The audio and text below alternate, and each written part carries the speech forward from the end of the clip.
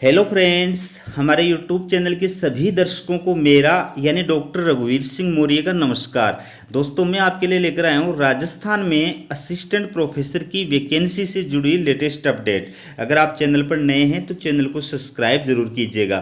देख सकते हैं आप, ये एडवर्टाइजमेंट फॉर टीचिंग पोस्ट 31 अगस्त 2023 का ये एडवर्टाइजमेंट है। पूरी डिटेल देख सकते हैं। In continuations with the previous advertisement, ये एडवर्टाइजमेंट नंबर और ये डेट है। Online applications in the prescribed format are invited from eligible candidates for the appointment to the vacant non teaching post permanent nature in the university as per the approval of honourable governor and chancellor of Rajasthan. The last date for applying online is 17/9/2023 or the differential of number of days from the date of publications of the advertisement in the empanelments news, whichever is later. Details of vacants post are। तो दोस्तों, मैं आपको बता दूं कि इस university के द्वारा और इससे पहले जो ये विज्ञापन जारी किया गया था वो 8 मई 2023 को जारी किया गया था, जिसके अंदर अंतिम तिथि जो थी वो 30 जून 2023 थी, जिसको बाद में बढ़ा करके और 31/7/2023 किया गया था। अब उसको ही संशोधित करके और ये दोबारा जो यूनिवर्सिटी के द्वारा संशोधित एडवर्टाइजमेंट जारी किया गया है। अब जो है आवेदन करने की जो लास्ट डेट है वो है 17 सितंबर 2023। ठीक है, तो इसमें टीचिंग पोस्ट के साथ साथ में नॉन टीचिंग पोस्ट के लिए भी ये जो एडवर्टाइजमेंट जो है वो जारी किया गया था। तो फिलहाल जो है ये नॉन टीचिंग जो पोस्ट के लिए विज्ञापन जारी किया गया था, इनको ऑनरेबल गवर्नर और चांसलर के द्वारा अप्रूवल कर दिया गया है। इस वजह से अब ये परमानेंट नेचर की पोस्ट हो गई हैं। ठीक है, पहले परमानेंट पोस्ट नहीं थी नॉन टीचिंग वाली, लेकिन अब इनको अप्रूवल करने के पश्चात ये परमानेंट हो गई है। इसके ऊपर मैं आपके लिए आज शाम को जो है वीडियो लेकर के आऊँगा नॉन टीचिंग पोस्ट से रिलेटेड। फिलहाल अपन टीचिंग पोस्ट से रिलेटेड बात करते हैं। तो ये जो विज्ञापन है वो जारी किया गया है। इसके अंदर जो है आपको आवेदन जो करना है वो ऑनलाइन करना है। पूरी प्रोसेस में आपको बताऊंगा। सबसे पहले देखिए कि कौन कौन से डिपार्टमेंट्स के अंदर और किस किस सब्जेक्ट के अंदर कितनी सीट जो है वो इस यूनिवर्सिटी के अंदर वैकेंट है। तो ये आप देख सकते हैं, ये अलग अलग जो है इंस्टीट्यूट है, डिपार्टमेंट्स है यूनिवर्सिटी के अंदर। इंस्टीट्यूट ऑफ लॉ, और ये इसके अंदर अलग अलग सब्जेक्ट है। ठीक है, ये आप देख सकते हैं। तो लॉ जो है इसके लिए असिस्टेंट प्रोफेसर की 4 पोस्ट हैं और एसोसिएट प्रोफेसर की 3 पोस्ट है। ठीक है, और इसी डिपार्टमेंट में जो इंग्लिश सब्जेक्ट है उसके अंदर असिस्टेंट प्रोफेसर की 1 पोस्ट है। लॉ वाले में दोस्तों प्रोफेसर की 2 पोस्ट भी शामिल है और पॉलिटिकल साइंस की 1 पोस्ट है। और बाकी economics, history, sociology, business administration, इनके अंदर 1 पोस्ट, सिर्फ 1 पोस्ट है। ठीक है, अगला जो डिपार्टमेंट है वो आप देख सकते हैं, ये है इंस्टीट्यूट ऑफ फाइन आर्ट, और इसके अंदर जो सब्जेक्ट है वो है ड्राइंग एंड पेंटिंग। तो इसमें असिस्टेंट प्रोफेसर की 3 पोस्ट हैं, एसोसिएट प्रोफेसर की 2 पोस्ट और प्रोफेसर की 1 पोस्ट है। ठीक है, अगला जो डिपार्टमेंट है वो है institute of food science and technology. इसमें होम साइंस सब्जेक्ट है, जिसमें असिस्टेंट प्रोफेसर की 3 पोस्ट हैं, एसोसिएट प्रोफेसर की 2 पोस्ट हैं और प्रोफेसर की 1 पोस्ट है। फिर है इंस्टीट्यूट ऑफ बिजनेस साइंस, इसमें मैथमेटिक्स जो सब्जेक्ट है उसमें असिस्टेंट प्रोफेसर की 2 पोस्ट हैं, एसोसिएट प्रोफेसर की 1 पोस्ट है और प्रोफेसर की 1 पोस्ट है।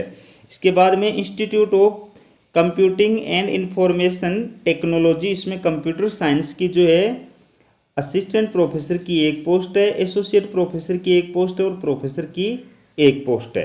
ठीक है, तो ये टोटल जो है वैकेंट सीट हैं अलग अलग डिपार्टमेंट्स के अंदर और अलग अलग सब्जेक्ट्स के अंदर। अब मैं आपको बताता हूँ कि सबसे पहली बात आवेदन शुल्क। तो दोस्तों, आवेदन जो शुल्क है वो 500 रुपये है। ऑल कैटेगरी के लिए 500 रुपये है और आपको आवेदन जो शुल्क देना है वो डिमांड ड्राफ्ट के जरिए देना है। ऑनलाइन शुल्क का भुगतान नहीं करना है, डिमांड ड्राफ्ट के जरिए जो आपको शुल्क जमा कराना है। और जो डिमांड ड्राफ्ट बनवाना है वो किसके नाम से बनेगा? रजिस्ट्रार महाराजा सूरजमल ब्रज विश्वविद्यालय भरतपुर। तो आपको पता चली गया होगा कि ये जो एडवर्टाइजमेंट है वो किस यूनिवर्सिटी का है। दोस्तों ये एडवर्टाइजमेंट महाराजा सूरजमल ब्रज विश्वविद्यालय भरतपुर के द्वारा जारी किया गया है। ठीक है, आवेदन की अंतिम तिथि मैंने आपको बता दी। ठीक है, 17 सितंबर 2023 साय 5 बजे तक आपको जो है आवेदन करना है। ऑनलाइन आवेदन की भी ये डेट है और ऑफलाइन आवेदन की भी यही डेट है। तो आवेदन की प्रक्रिया क्या है? सबसे पहले तो आपको ऑनलाइन आवेदन करना है। उसके साथ साथ में आपको क्या करना है? यूनिवर्सिटी की ऑफिशियल वेबसाइट से आपको एप्लीकेशन फॉर्म जो है वो डाउनलोड करना है और उसको पूरा फिलअप करना है। और उसके साथ में आपके जितने भी एकेडमिक जो डॉक्यूमेंट्स हैं उनकी सेल्फ अटेस्टेड फोटोकॉपी, आपके जो एक्सपीरियंस वाले सर्टिफिकेट है उनकी सेल्फ अटेस्टेड फोटोकॉपी, पेपर अगर पब्लिश करा रखा आपने उसकी सेल्फ अटेस्टेड फोटोकॉपी, और अन्य कोई डॉक्यूमेंट्स है कास्ट सर्टिफिकेट वगैरह या अन्य कोई डॉक्यूमेंट्स तो उसकी सेल्फ अटेस्टेड फोटोकॉपी आपको फॉर्म के साथ लगानी है। ठीक है, और डिमांड ड्राफ्ट जो है वो ओरिजिनल लगाना है, लेकिन डिमांड ड्राफ्ट की जो फोटोकॉपी है वो आपको अपने पास संभाल करके सुरक्षित जरूर रखनी है। ठीक है, तो ये चीज़ें जो है आपको जमा करा, आपको जो है कंप्लीट करके, और इसको आप चाहे तो बाई हैंड भी जमा करा सकते हैं और बाई पोस्ट भी जमा करा सकते हैं। बाई पोस्ट अगर आप जमा करा रहे हो तो फिर आपको लिफाफे के अंदर डाल करके और लिफाफे के ऊपर जो है बाकायदा लिखना है संबंधित डिपार्टमेंट का नाम और संबंधित सब्जेक्ट का नाम जिसके लिए आपने अप्लाई किया है, पोस्ट का नाम, प्रोफेसर के लिए अप्लाई कर रहे हैं कि असिस्टेंट के लिए कि एसोसिएट के लिए उसका नाम। ठीक है, और किसको ये जो है सबमिट करना है, किसके नाम से भेजना आपको? रजिस्ट्रार महाराजा सूरजमल ब्रज विश्वविद्यालय भरतपुर के नाम से आपको जो है बाय पोस्ट करानी है। ठीक है, अब मैं बात करता हूँ सिलेक्शन प्रोसेस की। तो इसमें सिलेक्शन किस प्रकार से होगा दोस्तों आपका? तो दोस्तों इसमें आपका जो सिलेक्शन होगा वो आपके एपीआई स्कोर के आधार पर जो है अभ्यर्थियों को शॉर्ट लिस्टेड किया जाएगा। सबसे पहले आपको शॉर्ट लिस्टेड किया जाएगा, यूनिवर्सिटी की जो कमेटी होगी उसके द्वारा आपके एपीआई स्कोर के आधार पर आपको शॉर्ट लिस्टेड किया जाएगा। और जिन कैंडिडेट्स को शॉर्ट लिस्टेड किया गया है उन कैंडिडेट्स को फिर क्या किया जाएगा? इंटरव्यू के लिए कॉल किया जाएगा, और इंटरव्यू और डॉक्यूमेंट वेरिफिकेशन उस टाइम पर किया जाएगा, और इंटरव्यू बेस के आधार पर फिर आपका सिलेक्शन किया जाएगा। लेकिन आपको ये चीज़ ध्यान में रखनी है कि अगर आप इंटरव्यू के लिए कॉल किए जाते हैं उस स्थिति में आपको अपने सारे जो ओरिजिनल डॉक्यूमेंट्स हैं वो साथ में लेकर के उपस्थित होना है। ठीक है, अब बात करते हैं कि इनमें अप्लाई जो है वो कौन कर सकता है। तो दोस्तों मैं सबसे पहले बात करता हूँ असिस्टेंट प्रोफेसर के लिए योग्यता।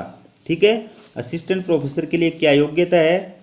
पहली बात, किसी भी मान्यता प्राप्त विश्वविद्यालय से 55% मार्क्स के साथ में संबंधित विषय में या संबद्ध विषय में, संबंधित विषय में या संबद्ध विषय में आपके पास में मास्टर डिग्री होनी चाहिए। जिस सब्जेक्ट के लिए आप अप्लाई कर रहे हैं उस सब्जेक्ट में या उससे रिलेटेड या संबद्ध सब्जेक्ट के अंदर आपकी पीजी डिग्री होनी चाहिए और उसमें कम से कम 55% मार्क्स होने चाहिए।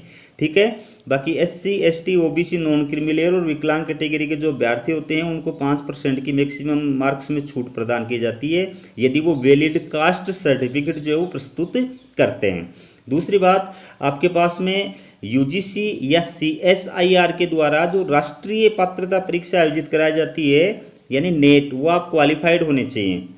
ठीक है, क्योंकि यूनिवर्सिटी स्टेट लेवल की है इसलिए इसमें अगर स्टेट पात्रता परीक्षा यानी सेट या स्लेट आप क्वालिफाइड है तो भी आप अप्लाई करने के योग्य हैं। ठीक है, और अगर मान लीजिए ना आप नेट क्वालिफाइड है ना सेट या स्लेट क्वालिफाइड है, आपने एमफिल या पीएचडी कर रखी है तो आपकी एमफिल या पीएचडी जो है तभी वैलिड होगी।